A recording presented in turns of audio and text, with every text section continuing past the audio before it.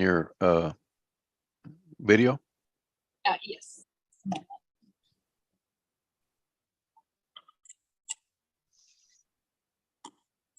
Can you see me? Yes. Well, I can see a picture Can you of see you. me? Oh, yes, can. Okay. I hear you. All right. This is cause number 2022-24082 in the interest of Selah Padilla. Please raise your right hand to be sworn, ma'am. I can't hear you. Can you hear me? Sir? Can you hear me? Just faintly. You're breaking up also. Very faint. Sir? Yes. Can you hear me? If not. Okay, I can hear you now. All right. Raise your right hand to be sworn.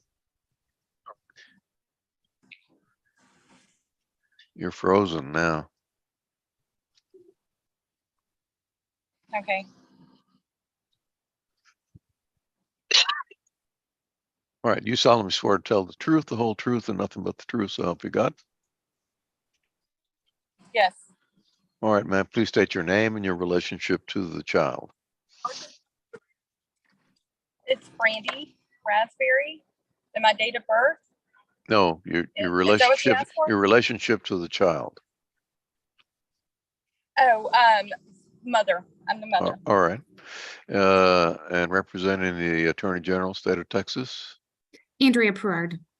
All right. The court will note that Brian Padilla is the non-custodial parent, that he was personally served on March 14th, 2022 at 9:38 a.m. at 1502 New Orleans Street in Deer Park, Harris County, Texas.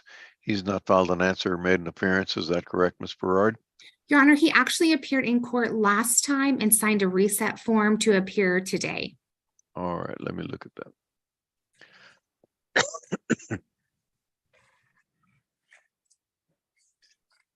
All right, the court will note that Mr. Padilla appeared on August 15th, 2022 and signed a reset order setting this matter for Zoom hearing today, and he is not checked in. Is that correct? That's correct, Your Honor. We'll proceed by default. Thank you, Your Honor. Your Honor, the state would call Miss Raspberry.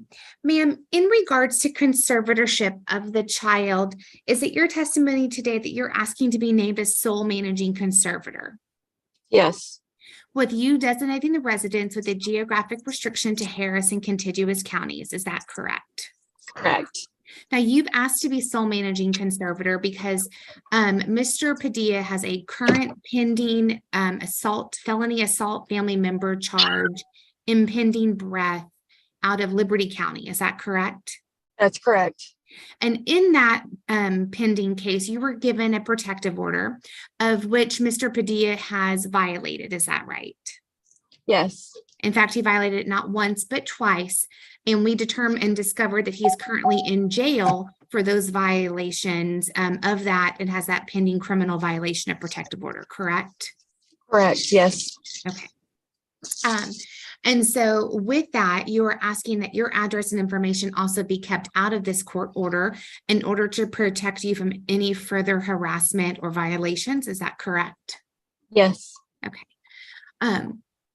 And as for the possession and access, because of his family violence, not only to you, violations of protective orders, but also his criminal history, of which he has 2 prior assault charges and convictions against other women in his life, a DWI conviction, and some other charges, you feel it's in the best interest for the child that any possession and access be supervised by the Domestic Relations Office. Is that correct?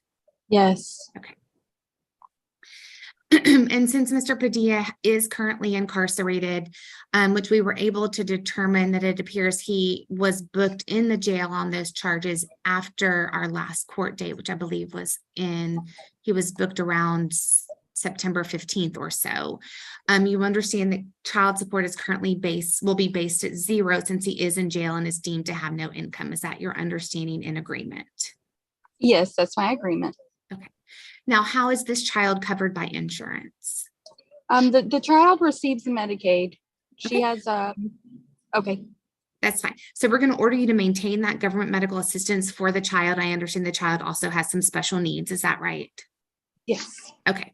But that Mr. Padilla will be ordered to pay zero medical support at this time, beginning December 1st of 2022, since he is currently incarcerated. Is that your understanding and agreement?